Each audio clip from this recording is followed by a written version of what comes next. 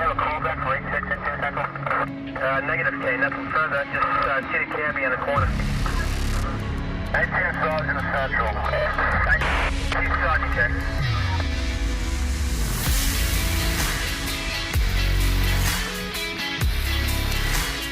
Protect and Serve Radio is on the air, presented by the City of Thief River Falls and sponsored by Imagine Salon, The Grand Stay, Reed Realty, and the Puck on Third.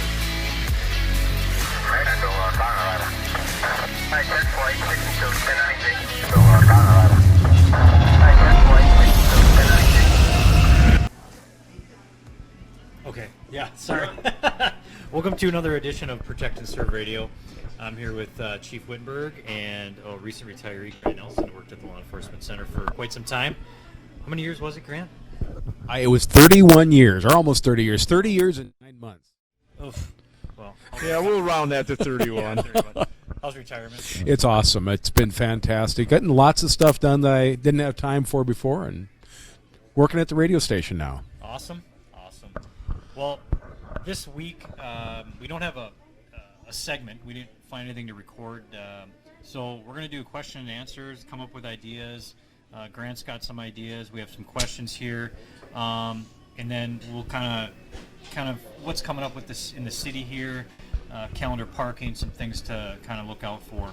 So we're going to discuss a lot of things today, and then of course the text line's always open too. What's the text line again? 681-1230. Sorry, I forgot. So text in some questions, and we'll try to see if we can get them answered today. So, we'll just kind of roll with it here. I guess without the segment, it's kind of go with the flow. Could I start out with something? Go ahead, yeah. I think one thing that we started at the beginning of the month, there's been a competition amongst canine officers online for a new canine car. And I know you've had it on the Thief River Falls Police Department webpage. We've had it on TRF Radio's webpage. It's been on the Pennington County Sheriff's Office webpage. Yep. And I'm sure you're getting incredible support. But sometimes when people start these things, they start really strong, and then towards the end, they kind of forget about it. Yeah, they dwindle. And I thought maybe all right to talk a little bit about that, talk about where this originated from. Officer Mike Roth and his dog, his canine Max, maybe talk a little bit about them. Yeah. Sure. Go ahead. Actually, the program started out on the East Coast. There's a gal out there, her name is Sandy Markell, and she's kind of the person in charge of a group that's called Vested Interest in Canines. And this is a group of concerned citizens that want to protect canine officers as much as they want to protect regular police officers. So they're really into providing armored bulletproof vests for these dogs. They've supported us with our program here. Amazing. It's amazing what we've gotten from them. They have provided us a bulletproof vest for Max, a first aid kit for dogs, specifically for dogs. They have provided a free health insurance policy for us for Max. So it's a tremendous organization, and what they're doing now is having a contest to give away a fully equipped canine Chevrolet Tahoe, a brand new one, for one officer. And we are a finalist, which means we're one of 29 agencies that are competing to win this Chevy Tahoe. So there's only 29 people in the or departments in the running, and we're one of them. And so we need you to vote online every day from now until October 31st is when the contest is over at the end of the month. So, but you can vote every day. So you can vote multiple times. Just vote once a day because you're limited to one vote a day. But you can vote every day from now until the 31st. So, and we need it. If you do have multiple search engines, you can actually vote more than once on multiple search engines. Yeah. Yeah. So and use multiple email addresses or whatever you want. But it's on Viks9.org, VIKS9.org, and then you go to the SUV giveaway, and then you can view the entrance with that and vote. So got to get on top of that, and people are voting. I'm posting it all the time on the website for the Facebook page. So I know people are seeing it and they are voting. So This is a very similar program to what they just did with the basketball courts in town. We competed 2 years in a row, and the first year we didn't get it, but this year we won the resurfacing of the basketball courts, and it's a very similar project to that. So very nice. Our canine vehicle is due for replacement anyway. We bought a used canine vehicle in order to keep the costs down and stuff when we started up the program. So we were lucky enough to get a pretty good used one from Fridley PD. But that's got high miles on it, and it is not a four-wheel drive one either. It's just a two-wheel drive one. So we certainly would like to upgrade if we can. So, and this would save the city a lot of money. Yep. So don't forget to vote. So, one of the other things too is we're going to be coming up with is calendar parking. That's going to start November 15th. We'll talk about it again, and I'll probably talk about it on Open Line as we get closer. But people need to understand too is that if snow emergencies come in and the mayor enacts that, we can actually start calendar parking early. So just remember that. If you have any questions on the calendar parking situation, we have information at the police department, and you can get it also online for the city of Thief River Falls to understanding the enforcement, what days of the week we actually enforce that, what side of town, streets or avenues. So we'll be handing out warnings the first week, but if heavy snowfall is predicted and it's coming, it's a possibility that the mayor could enact a snow emergency. So just keep that in mind. So November 15th will be the first day of that. On a personal note, first time in 31 years I don't have to deal with calendar parking in dispatch. You're lucky. So it's a very necessary thing, but it's sometimes getting it started takes a little bit of relearning. Okay. Yeah, we're going to take a break. When we come back, we have some more questions and more discussion. You're listening to Protect and Serve Radio, live from the Puck on 3rd in Thief River Falls. All right, we're back with Protect and Serve Radio, live at the Puck. So one of the big things we were going to talk about was Halloween coming up. Yeah, I mean, it's that time of year again. We're going to have the kids out and about, and so traffic safety becomes paramount, especially when we've got all those kids out trick-or-treating, and sometimes they don't have great visibility out of their costumes, and you know how kids are when they're looking for candy. They get kind of excited, and they get kind of focused on that rather than crossing the street safely or using the sidewalks properly or anything like that. So it's kind of important for parents to get their kids ready and get proper safe costumes and well lit or reflectorized costumes and things like that. So yeah, let's think about that a little bit. That's coming up this week. So yeah, one of the big things with that too is don't go to houses that aren't lit up, that don't have lights on. Just stay away. Not that they're dangerous, it's just there's no light, and they probably don't want trick-or-treaters at their house. That'd be my number one thing. So always go with parents. Just always look for traffic, and we always remind people that are driving around that night, there's no need to speed through these neighborhoods. Go under the speed limit. There's just no rush. There's going to be a lot of people out and about. We haven't had any issues in a long time. So I'm hoping that it just continues to stay that way, and everybody has a safe trick-or-treating, has a great Halloween. So, yeah. So just a reminder, too, 681-1230 is our text line. So if you have any questions, feel free to go ahead and text us a question, and we'll get on it and see if we can answer the question for you. So, Grant? I tell you what, I've been thinking about something driving around lately, and that's harvest safety. We've had probably the toughest harvest I can remember in 2019. So what you've got out there is a lot of tired farmers, tired truck drivers. It's very poor conditions out in the fields, and if you get back up on the road from the field, a lot of times they're leaving mud. They're putting signage out. They're going out with kilofers and trying to clean it up a little bit, but it's still muddy. And the thing is, when the city people and the country people meet sometimes, you're playing in a different environment. So when you go out in the country and you're driving around, you see these trucks, give them more room, Truckers, this is on you too. Give the other people in front of you more room.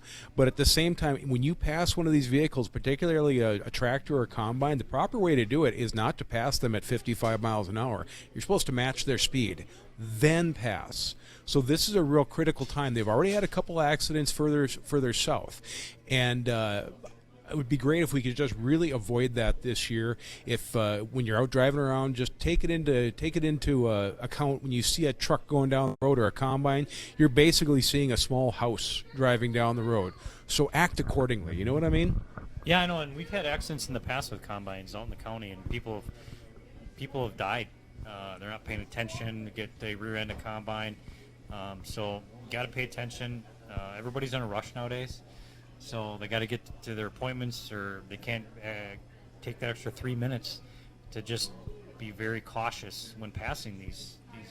Well, one of the things that you alluded to about the speed when you're passing a vehicle, even if you make it safely past that vehicle, you don't know when there's a piece of mud that's going to fly off those duals or those, these things got mud, and when they get out on the road, they start flicking mud off. And if you're driving and you pass a combine, for instance, at 55 miles an hour, and a 15-pound clod of mud comes off there and goes into your windshield, what do you think's going to happen? Yep. You need to slow down. And then, like Grant said, it's a great suggestion. Slow down to the same speed the vehicle is that you're going to pass, and then slowly go around them. Yep. Yep. Make sure that driver can see you when, and believe me, they're looking for you, because driving those things on the road is not an easy task. No, it's not. So help them out. That's right. And truck drivers want to say to you, I mean, I hauled sugar beets myself for 27 years.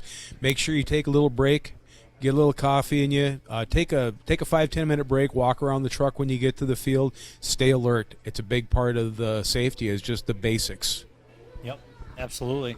So, yeah, is there anything else that you want to bring up right now, or you had mentioned something earlier too? So yeah, I thought we should introduce probably Jagger Bellows, your new deputy chief.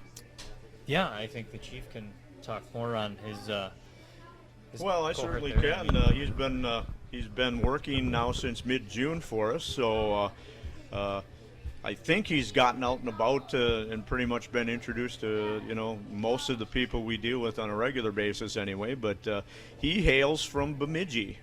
He has 21 years of experience with the Bemidji Police Department, 6 of those as a senior day shift sergeant, and he was looking to get into police management. And Bemidji's a very young department as far as the upper management levels there, so he didn't feel like he had a lot of opportunities to move up from where he was over there, and so he decided to look around in other areas. And of course, we had Craig Matson recently retire, and so we were looking for talent, and we have talent in our department. So we had several good qualified applicants within the department, and we had Jagger from outside the department, and just picked the top candidate was how we did it. So here we have him, and he's doing real well. I'm real pleased, and I think the guys are real pleased with what's been happening so far. So Yeah, I will say this with Jagger is he's there, and you can talk to him.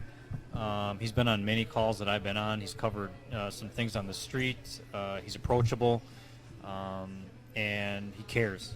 So he's basically, it feels like he's one of us, but I also can't forget that he is my supervisor, theoretically. So I got to treat him in accordance. But he is somebody you can actually talk to, because he's been working the street a long time. So. Well, and that's the thing that impresses me about him. He has fit in so quickly. It didn't take him long, and I mean, he seems like he's a natural part of the organization. He is. Oh, yeah. And he actually bought a house here now. He's going to live a mile west of town, and so he is not living in a suitcase, and the family's coming here, and he's going to be a member of our community. And like I said, he's fit in very quickly, and that's real pleasing to see. That's very important. So. Yep. I had one more thing. Somebody approached me the other day, and they asked why there's that little that little indent in the Justice Center where the squad cars are, and they had heard that it was because we didn't provide enough garage space for the squad cars. And of course, you know how this moves around. It was always part of the original plan to have the squad cars, the people, the street guys, on the east side of the building in that little cubby hole. Is that correct? Yeah. Yeah, that's just so that we can have the squads running, and those are the active squads. That's what that parking is for there. So when you see them idling in the wintertime out there, well, guess what? They have to be. We can't stop to clean off windows, and our batteries go dead in a matter of minutes with all this equipment in there unless we keep them running. So, and we wouldn't want to have them running in the parking garage, the ventilation and stuff like that just isn't right. So, no, this was designed into the project, and those are our ready squads. Those are the ones that are going to respond immediately once we get a 911 call. So, And we do have space in our basement. So, I mean, we've all been down there, so there's plenty of space for our squad cars. So, it's nice, it's warm. We use it in the wintertime to kind of thaw the cars out, but most of the time they're outside. So, but yeah, we're going to take a break, and we'll be back with more from Protect and Serve Radio here at the Puck. We're going to kind of go through some questions here. Grant's going to fire them at us, and we're going to try to answer them the best that we can. Okay. Ryan and Dick, is everyone in the police department an officer? I mean, is everybody a licensed officer?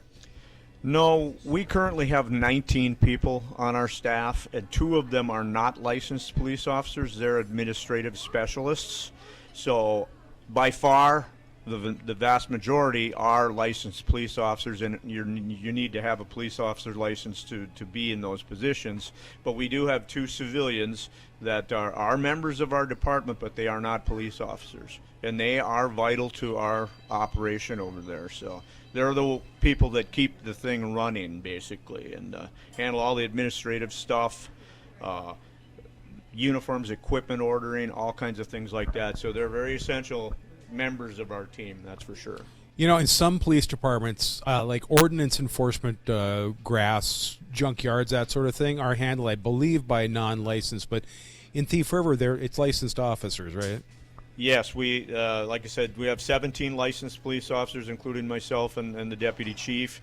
And yes, we can't afford to have too many specialty positions. We need people on the street, and we try to keep as many officers on the street as we can. So that's the primary position in our department, is a street police officer. Okay. Now, I'm sorry, go ahead, Ryan. No, somebody's got a question here. Can the speed limit on residential streets be reduced to 20 miles an hour? Yeah. Not reality. No, Minnesota's a 30-mile-an-hour residential street by state law. There are areas we can reduce the speed limit, such as school zones, and private areas such as trailer courts can have lower speed limits, but they have to be set by city ordinance, and they have to be signed properly too. So, and there are lower speed limits in the Yes. trailer courts. I think it's 10. Yes. I think that's what it is. Mm-hmm. So, between the two of you have an awful rich background of law enforcement, but I'd really like to point this at Ryan first. Somebody thinking about a career in law enforcement. I mean, you yourself have worked in the prison system. You've been a police officer. You've had a lot of different background. What's your idea? How do you get into law enforcement? What's the mindset? What's some of the questions you should ask yourself before you get into it? Am I willing to sacrifice nights, not be home on holidays? Am I willing to see bad things? Give my life for the community that I serve? Things like that. And then, find a place to go to college and find the right area to go, and then maybe do an internship. That's where I learned all my stuff. A lot of my stuff is an internship. Went to a lot of crazy calls during my time with that. But then I had a lot of jobs prior to that, being a cop. And you said the prison system was a big one for me. You learn how to talk. And that's a huge part of this job. It's not all physical. It's verbal judo, learning how to talk to folks. You can get yourself out of a lot of problems if you just talk to people. So, just find the right place for you. And security jobs do help. It's just growing and maturing. That's kind of a big deal, So just find the right school and ask yourself those questions that I just had stated. So. Okay, if you could give yourself the proper answers to those questions and you want to go forward, guys, how do we get into law enforcement? What are the schools? Well, in Minnesota, we have what's called the Post Board. We're actually licensed as police officers in Minnesota, and that's not across the nation. It's not that way all over the place. So, and that really promotes the professionalism of our police organization here in Minnesota. And so we've been with this system where we're licensed for many years now. And there are several schools throughout Minnesota that specifically are law enforcement program schools. I call them the big three. Alexandria has one, which is a very good, and it probably was one of the first ones. Hibbing has another law enforcement program that's very good. And believe it or not, Thief River is in the top three as far as top law enforcement training programs in the state. So we have a really good program at Northland. It's I went to school at Alex, so I've got a fondness for that. But I will say one thing: the program here is second to none. Yeah, it's good. It's a good program. So take a look at Northland College. Talk to Mr. Jim Jesme. He's the director of the program. He can tell you what you need to do, and tell you what the qualifications are for minimum standards and that sort of thing. He's the man you want to contact. Okay, let's talk about minimum standards. What would prevent somebody from being in law enforcement? I mean, background checks, that sort of thing. What in a background check would prevent you from becoming a police officer? Any kind of felony conviction will prevent you from getting licensed as a police officer in Minnesota. And that is state law. You cannot have been convicted of any felony on your record. Any type of theft, even misdemeanor thefts, will prevent you from getting a police officer's license. And if you're not qualified to get a post board license, you can't work as a cop in Minnesota.